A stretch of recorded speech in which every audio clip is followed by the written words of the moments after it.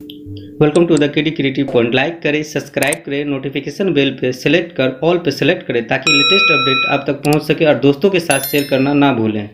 KD creative point कुछ ऐसे question आपके लिए लेके आया है जो अक्सर आपके एग्जाम में आता है और बहुत ही ज़्यादा आप लोग कंफ्यूज होते हैं और अपना क्वेश्चन गलत कर बैठते हैं। वैसे ही क्वेश्चन आपके लिए केडी क्रिएटिव पॉइंट लेके आता है।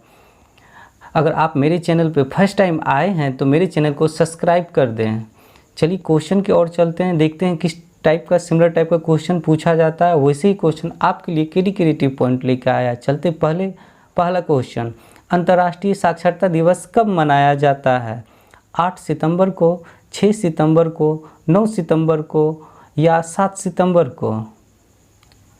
इसका सही जवाब होगा 8 सितंबर को अंतर्राष्ट्रीय साक्षरता दिवस मनाया जाता है। चलते हैं अगले सवाल की ओर। शिक्षा को हमले से बचाने के लिए अंतर्राष्ट्रीय शिक्षा दिवस कब मनाया जाता है? 8 सितंबर को, 9 सितंबर को, 7 सितंबर को, 6 सितंबर को? इसका सही जवाब होगा बी, 9 सितंबर को। चलिए अगले सवाल की ओर चलते हैं। भारत पर आक्रमण करने वाला पहला तुर्क मुसलमान कौन था? सुबुकगीन था, मोहम्मद बिन कासिम था, शेख अब्दुल्ला था या महमूद गजनवी था? इसका सही जवाब होगा ए, सुबुकगीन था। चलिए अगले सवाल की ओर चलते हैं। भारत पर आक्रमण करने वाला प्रथम मुस्लिम शासक कौन था? उसमें पूछा गया था तुर्क शासन के बारे में और इसमें पूछा जा रहा है मुस्लिम शासक के बारे में। चलिए देखते हैं कौन होता है। शेख अब्दुल्ला, मोहम्मद बिन कासिम, महमूद गजनवी, मोहम्मद गोरी? इसका सही जवाब होगा मोहम्मद बिन कासिम, यानी बी इसका सही जवाब होगा। इस तरह का सिमिलर टाइप का क्वेश्चन देखने के लिए आपको केडी क्रिएटिव पॉइंट पे मिलेगा और जितने भी प्लेलिस्ट में वीडियो है साइंस, आर्ट और मैथ पेपर का सारा वीडियो आप देख ले। सारा वीडियो आपको इसी टाइप का क्वेश्चन देखने के लिए मिलेगा, सिमिलर टाइप का, और आपके एग्ज़ाम के पॉइंट ऑफ व्यू से ये काफ़ी ज़्यादा आप लोग के लिए लाभदायक है, इसलिए इसको आप ज़रूर देखें। चलिए सवाल की ओर चलते हैं। विश्व का सबसे बड़ा प्रायद्वीप कौन सी है? इंडोनेशिया है, अरब है, ऑस्ट्रेलिया है या सिंगापुर है? इसका सही जवाब होगा बी, अरब है। इसी से जुड़ता हुआ आपको सिमिलर टाइप का क्वेश्चन देखने के लिए मिलेगा 6 नंबर के क्वेश्चन में। विश्व का सबसे बड़ा द्वीप कौन सी है? सिंगापुर, इंडोनेशिया, ऑस्ट्रेलिया या अंडमान निकोबार द्वीप समूह? इसका सही जवाब होगा इंडोनेशिया, यानी बी इसका सही जवाब होगा। देखिए ना, सिमिलर टाइप का क्वेश्चन आपको लिए लगातार देखने के लिए मिल रहा है मेरे चैनल केडी क्रिएटिव पॉइंट पे। चलिए अगले सवाल की ओर चलते हैं। कोयले के उत्पादन में पहला राज्य कौन सा है? झारखंड है, असम है, छत्तीसगढ़ है या पश्चिम बंगाल है? इसका सही जवाब होगा छत्तीसगढ़, यानी सी। झारखंड का जो पहला कोयला उत्पादक है राज्य है वो है छत्तीसगढ़। चलिए चलते हैं अगले सवाल की ओर। कोयले के भंडार में पहला राज्य कौन सा है? ये पूछा गया, कोयले भंडार से संबंधित क्वेश्चन पूछा गया है। असम है, पश्चिम बंगाल है, झारखंड है या उत्तर प्रदेश है? इसका सही जवाब होगा सी, यानी झारखंड होगा। चलिए अगले सवाल की ओर चलते हैं। आधुनिक युग में कौन सी धातु का उपयोग सबसे ज़्यादा होता था? तांबा का, स्टील का, लोहा का या सीसा का? इसका सही जवाब होगा स्टील। आधुनिक युग में जो अभी धातु का हम लोग यूज करते हैं वो सबसे ज़्यादा स्टील का यूज करते हैं। उसी से संबंधित आपको अगला क्वेश्चन देखने के लिए मिलेगा। प्रथम बार कौन सी धातु का उपयोग किया गया था? प्रथम बार जो मानव के द्वारा धातु का प्रयोग किया गया था वो कौन सी धातु थी? सीसा, तांबा, स्टील या स्टेरेडियन? इसका सही जवाब होगा बी, तांबा का। चलिए अगले सवाल की ओर चलते हैं। देखिए ना, लगातार आपको सिमिलर टाइप का क्वेश्चन मिल रहा है देखने के लिए। मैं बार बार आपको अपने चैनल के माध्यम से कहता हूं कि आप इसको अपने नोटबुक में राइट डाउन कर ले। जितना आप राइट डाउन कीजिएगा उतना ही आपको याद रहेगा क्वेश्चन, और अपना एग्ज़ाम में उतना ही बेहतर प्रदर्शन कर पाइएगा, और आपका जितना भी सवाल होगा वो सोल्व जाएगा एग्ज़ाम में। इसलिए मैं कहता हूँ आप जितना बार लिखिएगा उतना बेहतर रहेगा आप लोग के लिए, इसलिए मैं आपको बार बार बोलता हूँ लिखने के लिए। चलिए अगले सवाल की ओर चलते हैं। जिस काल में मनुष्य द्वारा घटनाओं का कोई लिखित में विवरण नहीं मिलता है उसे क्या कहा गया है? यानी इसमें पूछा जा रहा है कि उसको क्या कहा जाता है? कोई घटना का कोई लिखित विवरण नहीं मिला हो तो उसे प्राग ऐतिहासिक काल कहा जाता है, वैदिक काल कहा जाता है, मध्यम काल कहा जाता है या उत्तर वैदिक काल कहा जाता है? इसका सही जवाब होगा ए, प्राग ऐतिहासिक काल कहा जाता है। ध्यान से देखिएगा, हो सके तो अपनी कॉपी में लिख लीजिए। लगातार आपको 11 से देखने के लिए क्वेश्चन मिलेगा, इसी से सिमिलर टाइप का क्वेश्चन देखने के लिए मिलेगा। जिस काल में लिखित में लेख भी मिला हो और लेकिन पढ़ा नहीं जा सका हो उस काल को क्या कहा जाता है? उत्तर वैदिक काल, आदि ऐतिहासिक काल, वैदिक काल या लौह पाषाण काल? इसका सही जवाब होगा बी, आदि ऐतिहासिक काल। देखिए ना, थोड़ा सा इसमें क्या किया, क्वेश्चन का पैटर्न चेंज कर दिया और उसका जवाब अलग हो गया। ठीक इसी तरह से एग्ज़ाम में आप लोग को क्वेश्चन देखने के लिए मिलता है, और आप लोग पढ़ के तो जाते हैं लेकिन क्या होता है आप लोग वहाँ कंफ्यूज हो जाते हैं। इसका जवाब क्या होगा? प्राग ऐतिहासिक काल होगा या आदि ऐतिहासिक काल होगा या वैदिक काल होगा? वहाँ आप लोग गलत कर बैठते हैं, जिससे आपका रिजल्ट नहीं बन पाता है। चलिए अगले सवाल की ओर चलते हैं। देखिए सेम उसी टाइप का क्वेश्चन आपको देखने के लिए मिलेगा। जिस काल में लिखित साक्ष्य मिले और पढ़ा भी जा सका वो कहलाया, वो कौन सा काल कहलाया? ऐतिहासिक काल, आदि ऐतिहासिक काल, वैदिक काल या लौह पाषाण काल? इसमें क्या हुआ, लेख मिला भी है साक्ष्य और उसको पढ़ा भी गया है। उसको कहा जो गया है वो उसे कहा गया ऐतिहासिक काल, यानी इसका जवाब होगा ए। चलिए अगले सवाल की ओर चलते हैं। सबसे प्राचीन फसल कौन सी है? इसमें पूछा जा रहा है सबसे प्राचीन फसल के बारे में। गेहूं है, धान है, गन्ना है या जौ है? इसका सही जवाब होगा डी, जौ है। सबसे प्राचीन फसल जो है मनुष्य के द्वारा उपजाया गया था वो जौ है। चलिए अगले सवाल की ओर चलते हैं। इसी से जुड़ा हुआ क्वेश्चन आपको देखने के लिए मिलेगा। लगातार आपको सिमिलर टाइप का क्वेश्चन देखने के लिए मिलेगा, और केडी क्रिएटिव पॉइंट आपके लिए वैसे ही क्वेश्चन लाता है जो अक्सर आपके एग्जाम में पूछा जाता है और आप लोग कंफ्यूज होते हैं। चलिए अगले सवाल की ओर चलते हैं। 15 नंबर के क्वेश्चन में क्या पूछा जा रहा है कि प्राचीन काल में दूसरी फसल कौन सी थी? गेहूँ थी, चना थी या धान थी या कपास? इसका सही जवाब होगा वो जो ए, यानी गेहूँ। इसमें क्या पूछा जा रहा है, प्राचीन काल में प्रथम फसल जो थी वो जौ थी, लेकिन इसमें पूछा जा रहा है दूसरी फसल के बारे में। आपसे एग्जामिनर ये भी टेस्ट लेने के लिए पूछता है कि ये डीपली तक पढ़ा है कि नहीं, इसलिए आपको बहुत सारे एग्जाम में देखने के लिए मिलता होगा कि दूसरी फसल के बारे में, तो उसका जवाब क्या होगा, गेहूं होगा। अगर आपसे पूछा जाए एग्जाम में क्या कहता है कि प्रथम फसल कौन है, तो वो तो आप आराम से जवाब दीजिएगा जौ है। चलिए अगले सवाल की ओर चलते हैं।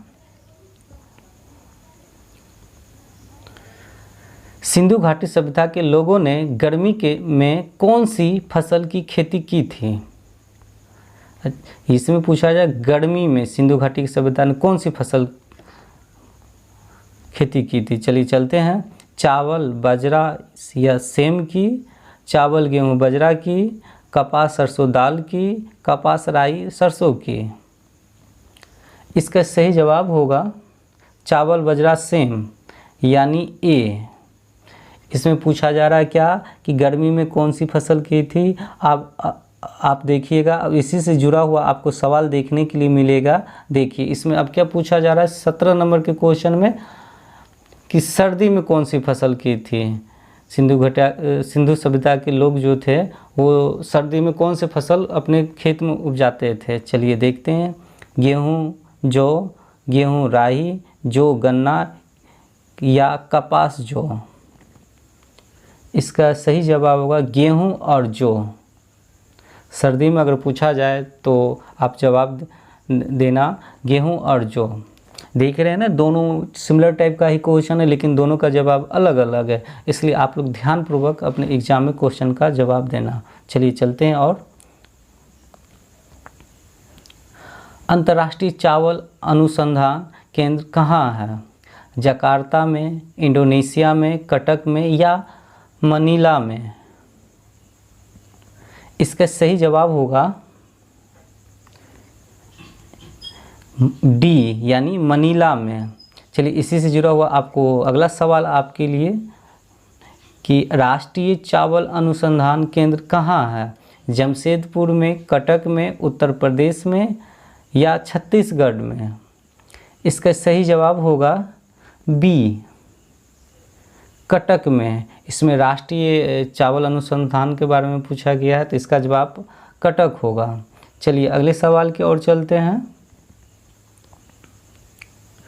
अब लगातार आपको क्या कहता है ये क्या कहता है श्रीरंगपट्टनम, मंगलोर की संधि और बंगाल की संधि, ये सारे लगातार आपको सिमिलर टाइप के क्वेश्चन देखने के लिए मिलेगा। अगर आप अभी तक मेरे चैनल को सब्सक्राइब नहीं किए हैं तो मेरे चैनल को सब्सक्राइब कर दें और दोस्तों के साथ शेयर करें मेरे वीडियो को और लाइक भी करें। चलिए चलते हैं क्वेश्चन की ओर। हैदर अली और अंग्रेज के बीच कौन सी संधि हुई थी? इसमें ध्यानपूर्वक आप लोग देख लीजिए, देखिए कि इसमें क्या सवाल पूछा जा रहा है और मुझे क्या जवाब देना है। इसमें पूछा जा रहा है कि हैदर अली और अंग्रेज के बीच कौन सी संधि हुई थी? श्रीरंगपट्टनम की संधि, मंगलोर की संधि, बंगाल की संधि या मद्रास की संधि? इसका सही जवाब होगा डी, मद्रास की संधि। मद्रास की संधि जो हुई थी वो हुई थी 4 मार्च को।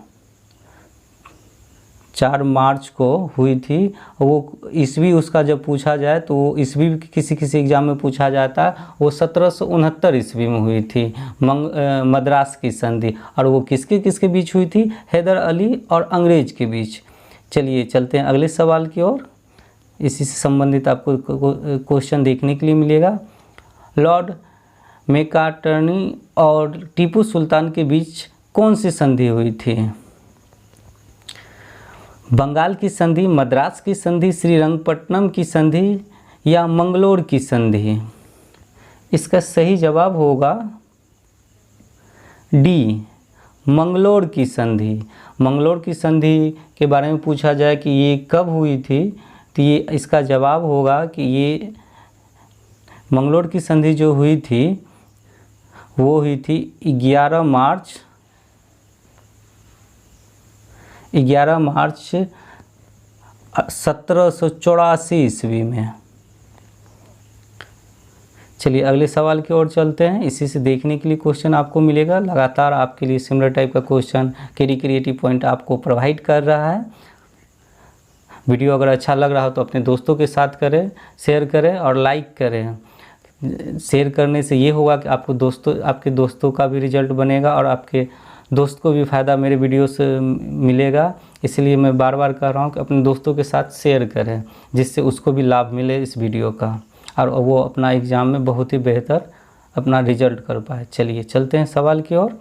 लॉर्ड कॉर्नवालिस और टीपू सुल्तान के बीच कौन सी संधि हुई थी? मद्रास की संधि, श्रीरंगपट्टनम की संधि, पूना की संधि या इलाहाबाद की संधि? इसका सही जवाब होगा श्रीरंगपट्टनम की संधि यानी बी। अगर इसी से जुड़ा हुआ आपसे पूछा जाए कि श्रीरंगपट्टनम की संधि कब हुई थी, इसका जवाब होगा 18 मार्च 1792 में। कभी कभी हो जाता है क्या, एग्जामिनर ईस्वी पूछ लिया जाता है या डेट उसका पूछता है, तो आप उसका जवाब आराम से दे सकते हैं। आप इसको अपने कॉपी में राइट डाउन कर ले ईस्वी को। चलिए अगले सवाल की ओर चलते हैं। स्टैच्यू ऑफ लिबर्टी किस देश का राष्ट्रीय स्मारक है? स्टैच्यू ऑफ लिबर्टी के बारे में पूछा जा रहा है। वो अमेरिका का है, रूस का है, कनाडा का है या जापान का है? ये जो है अमेरिका का है, यानी ए इसका सही जवाब होगा। चलिए अगले सवाल की ओर चलते हैं। देख रहे हैं ना, लगातार सिमिलर टाइप का क्वेश्चन आपको देखने के लिए मिल रहा। स्टैच्यू ऑफ यूनिटी के बारे में अगर पूछा जाए कि वो किस देश का राष्ट्रीय स्मारक है, भारत का है, चीन का है, जापान का है या अमेरिका का है? अपने देश भारत का है statue of unity. Sardar Vallabh भाई पटेल का मूर्ति है जो अहमदाबाद में है। पंचायती राज सिद्धांत किस पर आधारित है? इसमें पूछा जा रहा है पंचायती राज के बारे में कि पंचायती राज जो है ना किस पे आधारित है? लोकतंत्र विकेंद्रीकरण पे, समाजवादी पे, लोकतांत्रिक विकेंद्रीकरण पे या विचारवादी पे?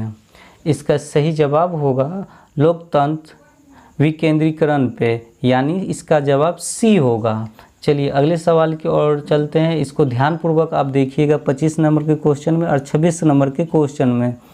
राजनीतिक पार्टियों में आंतरिक रूप संगठन बनाना आधारित है किस पे? लोकतंत्र विकेंद्रीकरण पे, लोकतांत्रिक विकेंद्रीकरण पे, लोकतांत्रिक विभाजन पे या लोकतांत्रिक समावेश पे? इसका सही जवाब होगा लोकतंत्र केंद्रीकरण पे, यानी ए इसका सही जवाब होगा। मेरे साथ आप लोग भी अपना टेस्ट लगाएं कि आप कितना 30+ में स्कोर करते हैं और कितना आप लोग को जानकारी है।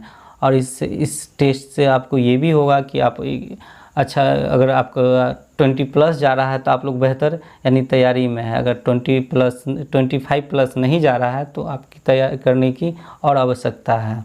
और इस तरह के सिमिलर टाइप का क्वेश्चन अगर आप लोग को कहीं भी देखने के लिए मिले तो उसे आप कॉपी में लिख ले, ताकि आप जितना बार कॉपी में लिखते हैं उतना बार उसे याद रख सकते हैं। चलिए क्वेश्चन की ओर चलते हैं। ऑस्कर पुरस्कार किस क्षेत्र में दिया जाता है? टेलीविज़न के क्षेत्र में, फिल्म के क्षेत्र में, संगीत के क्षेत्र में या थिएटर के क्षेत्र में? इसका सही जवाब होगा फिल्म के क्षेत्र में। आप लोग को सुनने के लिए मिलता होगा कि ये फिल्म ऑस्कर के लिए नामित किया गया। और मैं आप लोग को बता दूं 2021 में ऑस्कर के लिए जो नामित फिल्म है अपने भारत की ओर से वो है बिट्टू। यह एक शॉर्ट फिल्म है। चलिए अगले सवाल की ओर चलते हैं।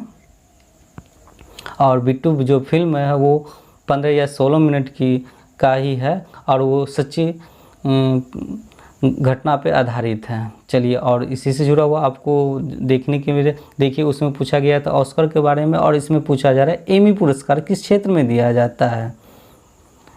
टेलीविज़न क्षेत्र में, फिल्म क्षेत्र में, संगीत क्षेत्र में या कविता क्षेत्र में? अगर एमी पुरस्कार के बारे में पूछा जाए तो एमी पुरस्कार जो दिया जाता है वो दिया जाता है टेलीविज़न के क्षेत्र में।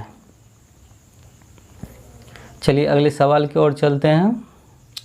अब पूछा जा रहा है उसी से जुड़ा हुआ टोनी पुरस्कार किस क्षेत्र में दिया जाता है? टोनी पुरस्कार जो दिया जाता है कविता के क्षेत्र में, थिएटर के क्षेत्र में, संगीत के क्षेत्र में या हास्य क्षेत्र में? इसका सही जवाब होगा बी, थिएटर के क्षेत्र में दिया जाता है। और अगला सवाल इसी से जुड़ा हुआ। अब ग्रैमी से पूछा जा रहा है कि ग्रैमी पुरस्कार किस क्षेत्र में दिया जाता है? संगीत के क्षेत्र में, हास्य क्षेत्र में, कविता क्षेत्र में या थिएटर के क्षेत्र में?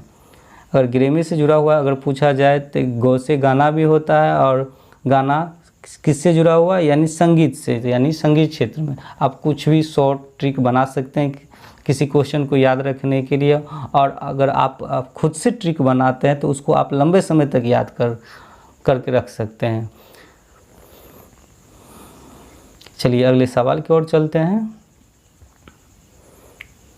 ये ऑस्कर पुरस्कार जो आपको मैंने अभी बतलाया है, ये ऑस्कर जो सारे पुरस्कार हैं आप देख रहे हैं, ऑस्कर जो पुरस्कार शुरू हुआ था वो हुआ था 1929 ईस्वी में, और एमी पुरस्कार जो शुरू हुआ था वो हुआ था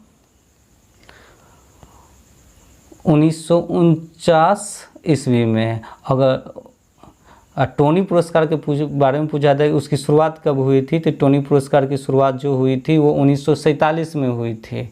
अगर ग्रैमी पुरस्कार के बारे में पूछा जाए कि ग्रैमी पुरस्कार की शुरुआत कब हुई थी, तो वो हुई थी 1959 ईस्वी में। आप इसे शॉर्ट स्क्रीन कर ले इसको, कि आप अपने कॉपी में लिख सके, नहीं तो इसको आप याद कर लीजिए कि आपको कभी भी अगर पूछा जाए ऑस्कर पुरस्कार की शुरुआत कब हुई, एमी पुरस्कार की शुरुआत कब हुई, कभी आपको एग्ज़ाम में पूछ सकता है। इस तरह से एग्ज़ाम में देखने के लिए आपको मिला होगा ग्रैमी पुरस्कार से कि ग्रैमी पुरस्कार किस क्षेत्र में दिया जाता।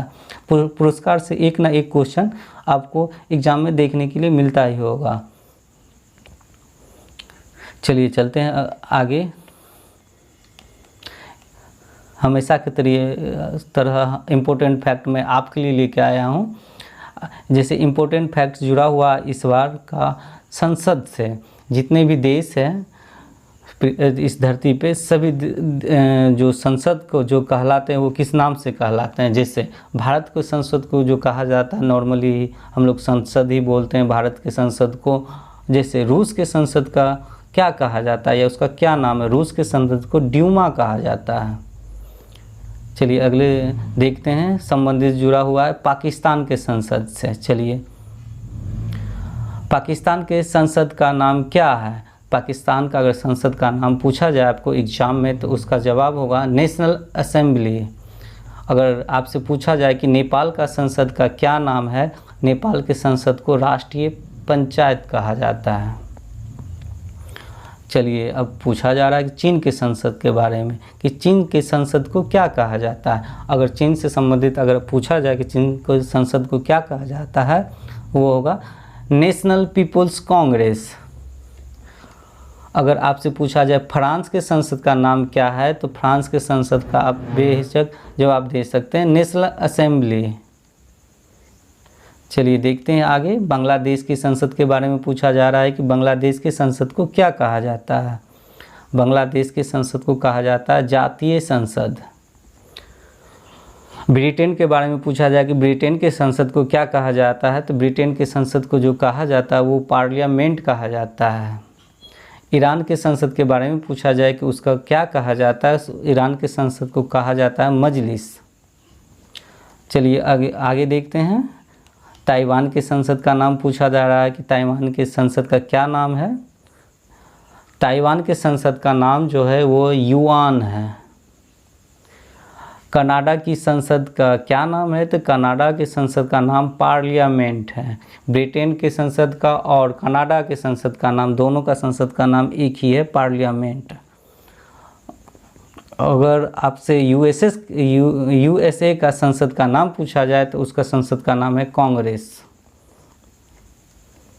अगर मेरा वीडियो आप लोग को पसंद आया हो तो आप लोग दोस्तों के साथ शेयर करें और लाइक करें। मेरे वीडियो को देखने के लिए धन्यवाद।